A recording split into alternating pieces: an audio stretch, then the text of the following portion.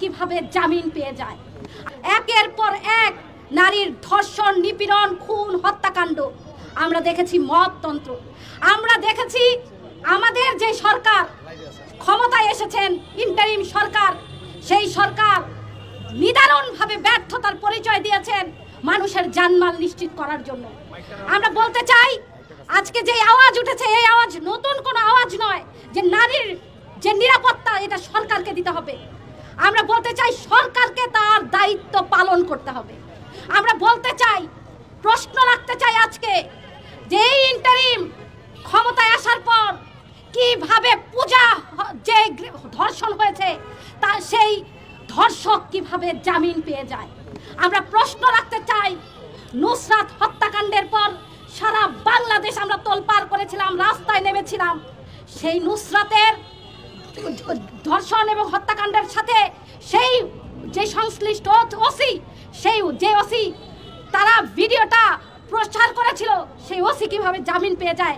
আমরা এই ইন্টারিমের কাছে প্রশ্ন রাখতে চাই।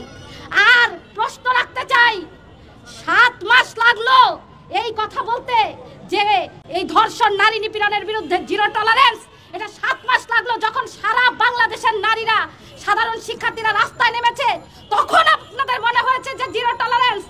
আমরা জিরো টলারেন্স দেখতে চাই বিচারের ক্ষেত্রে।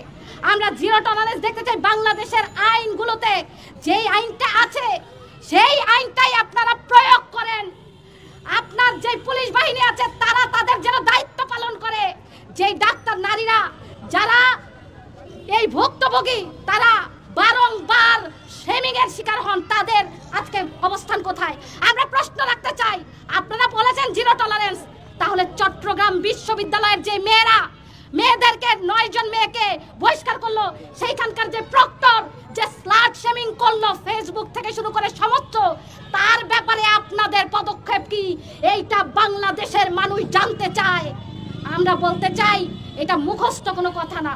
নারী নিপীড়ন, নির্যাতনের বিরুদ্ধে সরকারকে তার ভূমিকা পালন করতে হবে, স্বরাষ্ট্র মন্ত্রণালয়কে তার ভূমিকা পালন করতে হবে।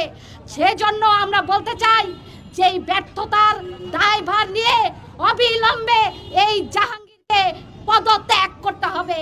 আমরা বলতে চাই, একই সাথে বাংলাদেশের প্রত্যেকটি জায়গায় সরকারিভাবে আমরা সেই জিরো টলারেন্স দেখতে চাই।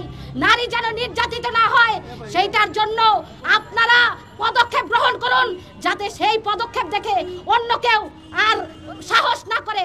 কারণ এরা জানে যে ধর্ষকরা জানে তারা ঘটনার পর তারাও জামিন পেয়ে যাবে। তারা জানে তাদের বিচার হবে না। যেই বিচারহীনতার সংস্কৃতি আমরা অতীতে দেখেছি, সেইটা আগামী দিনে আমরা দেখতে চাই না। আজকে যে ছাত্র জনতার উপর হামলা করেছে পুলিশ, এর তীব্র নিন্দা এবং প্রতিবাদ জানাই, এবং যারা এর সাথে জড়িত ছিল যেই পুলিশ সদস্য, তাদেরকে অপসারণের দাবি জানাই। আগামী দিনে আমাদের এই প্ল্যাটফর্ম থেকে আমরা ঘোষণা করছি, আগামী 15ই মার্চ সকাল 11টায় আমরা একটি গণমিছিল অনুষ্ঠিত করব। সেই গণমিছিলে সাধারণ মানুষকে নেমে আসার আহ্বান জানিয়ে আজকের যে সমাবেশ, মশাল মিছিল পরবর্তী আজকের যে সমাবেশ, সেই সমাবেশ আমরা এখানেই সমাপ্ত করছি। সকলকে